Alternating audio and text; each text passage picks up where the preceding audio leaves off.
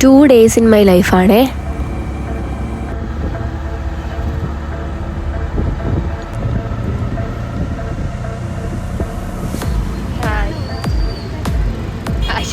ലൈഫിൽ പരിചയപ്പെട്ടവരെല്ലാം ഇതുപോലെ എന്തെങ്കിലും ഒരു വ്ളോഗൊക്കെ ആക്കി ചേർത്ത് വെക്കണമെന്നുണ്ട്, പക്ഷേ എപ്പോഴും കഴിയാറില്ല. അല്ലെങ്കിൽ കുറച്ച് നാൾ മുന്നെയാണ് ഈ ബുദ്ധിയൊക്കെ തോന്നി തുടങ്ങിയത്.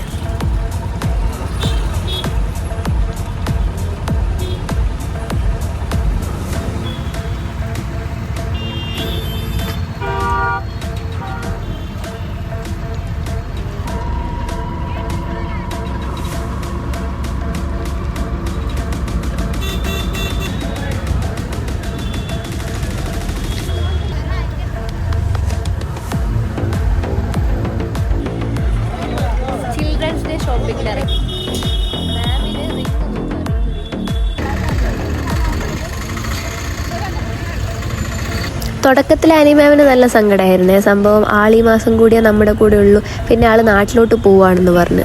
അപ്പോൾ അതിൻ്റെ ഭാഗമായിട്ടുള്ളൊരു സങ്കടമൊക്കെ ഉണ്ടായിരുന്നു. അപ്പം നമ്മൾ വിചാരിച്ച് പുറത്ത് പോയി അടിപൊളിയാക്കാമെന്ന്. അതുകൊണ്ട് തന്നെ ആൾ പുറത്തിറങ്ങിയപ്പോൾ കുറച്ചൊന്ന് വൈബായി.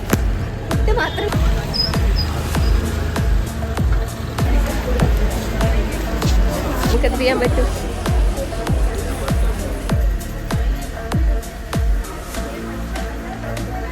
സാരി എടുക്കാൻ വന്നതാണ് ഗൈസ്, പക്ഷെ സാരി എടുക്കില്ല. ഞങ്ങൾ ലാസ്റ്റ് വേറെ വൻ വിലക്കുറവിൽ വൻ ഓഫറിലുണ്ട്, പക്ഷെ എങ്ങനെ ഏതെടുക്കണം എന്നുള്ള കൺഫ്യൂഷൻ. അങ്ങനെ ഇപ്പം എന്തെടുക്കണം എന്നറിയാതെ നടക്കുകയാണ്.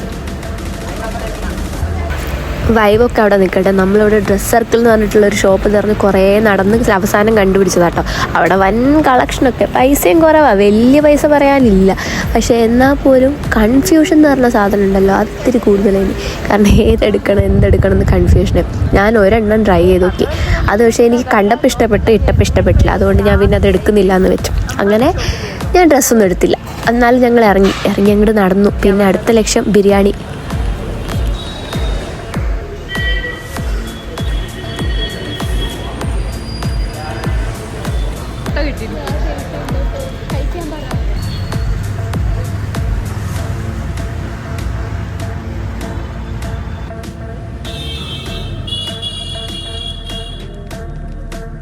ബിരിയാണി കഴിച്ച് കഴിഞ്ഞിട്ട് നാളത്തേക്കുള്ള ഡ്രസ്സ് ഓൾട്ടർ ചെയ്യണ്ടേ.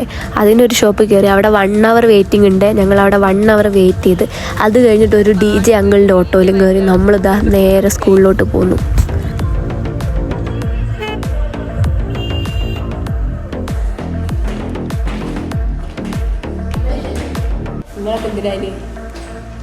പരാതി കേട്ടോ ഗൈസ്.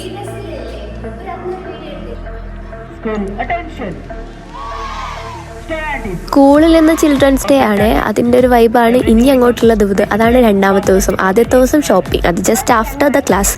ഇന്നിതാ തുടക്കം തൊട്ട് ഒടുക്കം വരെ ഉണ്ട്, അല്ലെങ്കിൽ പ്രോഗ്രാം കഴിയുന്നവരെ ഉണ്ട്.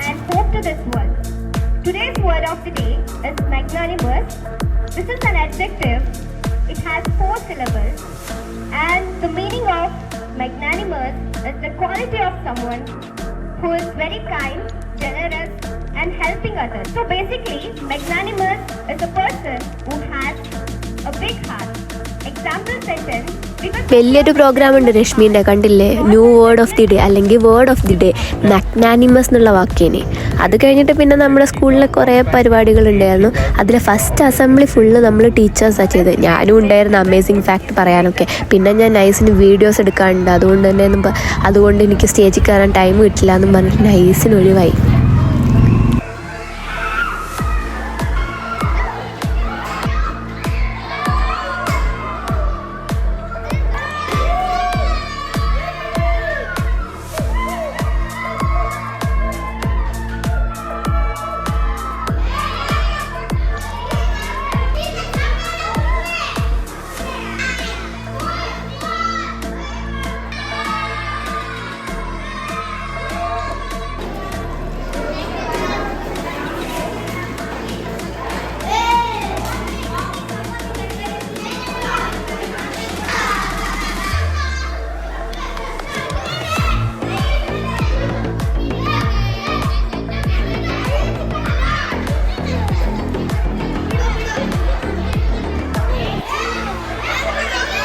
ഒരു ഗെയിം കളിക്കാമെന്ന് പറഞ്ഞ് കുട്ടികളെ കൊണ്ടുവന്ന് വരാണ്ടയിൽ ഇരുത്തിയിട്ടോ. എന്നിട്ട് ബുക്ക് ബാലൻസിങ് ഗെയിമാണ് നടത്തിയത്. 4th Aയും 4th Bയും ഉണ്ടായിരുന്നു. ഞാൻ 4th Aയുടെ ക്ലാസ് ടീച്ചറാണേ.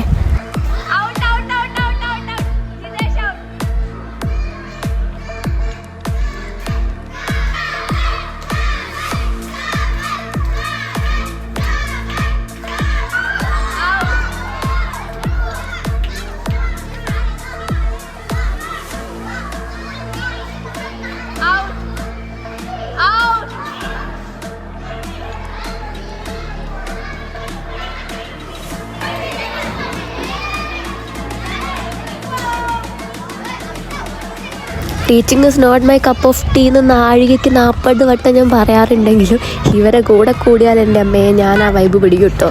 അപ്പം എനിക്ക് ടീച്ചിങ് ഇഷ്ടാവലുണ്ട്.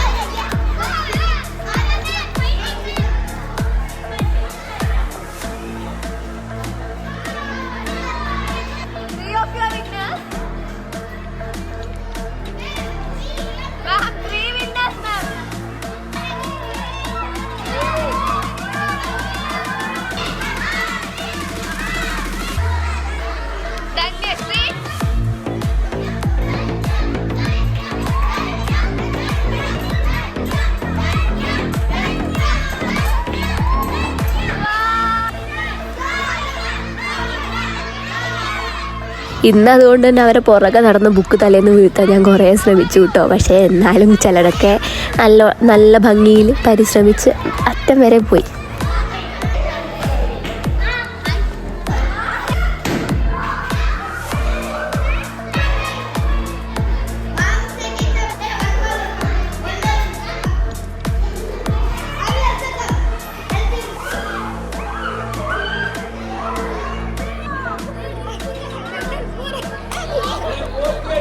വലിയ കഷ്ടപ്പാടാണ് കേട്ടോ ഈ കുട്ടികളെ മെയിൻറ്റെയിൻ ചെയ്യാൻ. അതായത് നല്ലൊരു എമൗണ്ട് ഓഫ് കുട്ടികൾ ഉണ്ടാകുന്ന സമയത്ത് അവരോട് നമ്മൾ എത്ര അടങ്ങിയിരിക്കുന്നതെന്നാലും കേൾക്കില്ല. പിന്നെ നമ്മളിവിടെ അങ്ങനെ തല്ലി പഠിപ്പിക്കുന്ന ഒരു സിസ്റ്റം ഒന്നുമല്ല ഫോളോ ചെയ്യുന്നത്.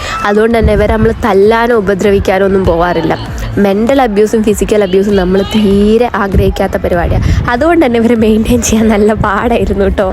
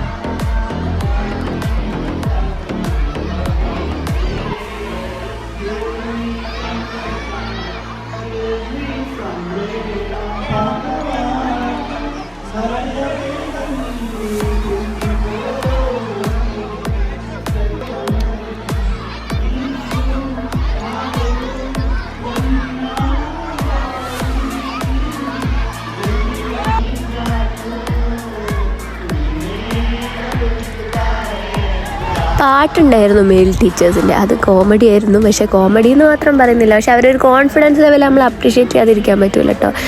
പിന്നെ കുട്ടികൾ ഏറ്റുപാടുകയും ചെയ്തു. അതായത് അവർ കുറച്ച് നേരമെങ്കിലും ഒന്ന് സൈലൻ്റ് ആയിട്ട് ഇരുന്ന ടൈം ഇവരെ പാട്ടിൻ്റെ സമയമായിരുന്നു.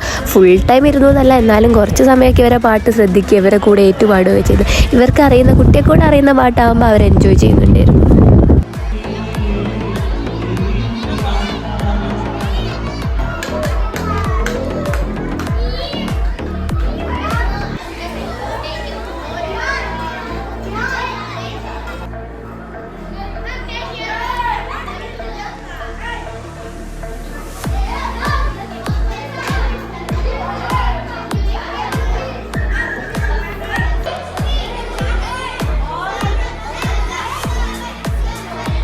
ചെറിയൊരു ചാനലാണ്, എൻ്റെ സബ്സ്ക്രൈബ് ചെയ്യണേ.